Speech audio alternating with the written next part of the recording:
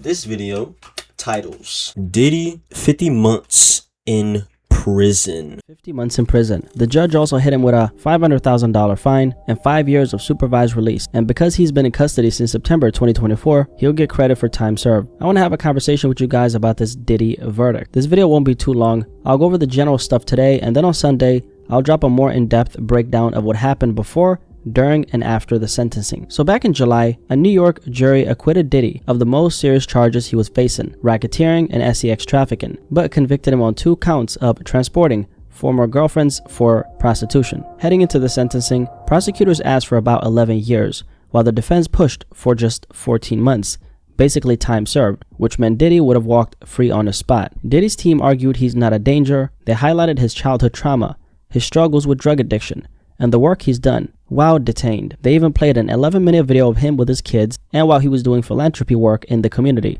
On top of that, his children spoke in court asking the judge to show mercy. Outside of family, he had other advocates speaking up, including a Miami pastor, who told the judge, "Give him to us and we won't let you down." The pastor said no amount of time behind bars would change Diddy's condition and that he needed an opportunity to redeem himself. Now, interestingly enough, this was also the first time Diddy himself actually spoke in court. He apologized to Cassie and another woman known as Jane Doe, called his past actions disgusting, shameful, and sick, and admitted he had lost his ways. In other words, he got lost in the sauce, and he blamed drugs for fueling his behavior, begged for mercy, and promised he'd never be violent again. The prosecution pushed back hard, saying Diddy minimized the abuse, that his victims are still living with the negative impact he made on them, and urged the court to see this as way more than just transportation for sex. When the judge spoke, he called Cassie Ventura and Jane brave survivors who gave a voice to women who feel powerless. Now, when the judge, Aaron Subramanian, was about to make a decision, he spoke on how he considered Diddy's influence and past good work, pointing out that Diddy has inspired communities, particularly black and brown communities worldwide, and said he was even impressed with the work he's done while locked up. But he also made it clear, Diddy abuses power and control over women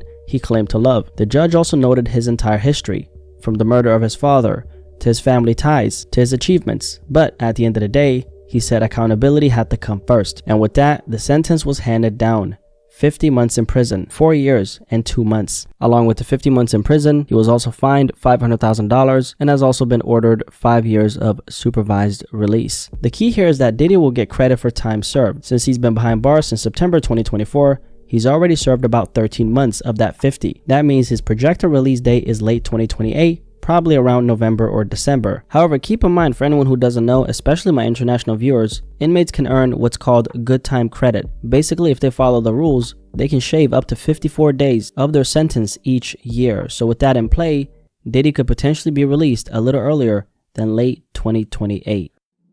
What a ride this has been. This has easily been one of the most covered cases in hip-hop in a while. For a lot of people online, this has been treated like pure entertainment. The memes, the jokes about baby oil, the freak-offs, but we can't forget reality. Most notably Cassie, who was in a relationship with Diddy for over 10 years, was one of the women who testified. Cassie went through things that no woman, or any person for that matter, should ever have to go through. And it's not just about her. There are multiple other women who came forward. All of them were negatively impacted by Diddy's actions and how he decided to move as a man. I think a lot of the sensationalism around this case clouded just how serious it really was. There's a reason why Diddy was initially facing life in prison, and even after being acquitted of the worst charges, he was still looking at 20 years on the 2 counts he was convicted of, and now he's been sentenced to 50 months. What credit for time served? To me, that feels like a slap in the face to the people who've suffered because of him. A slap in the face to survivors of sexual assault, men or women, who know how hard it is to stand up against someone powerful. Because make no mistake, Diddy was and is a man with extreme power and wealth. He used his fame, his money, and his position to control the people around him in the worst way possible. Yes, he changed a lot of lives for the better as well. He put people on. He invested into the culture and his own community.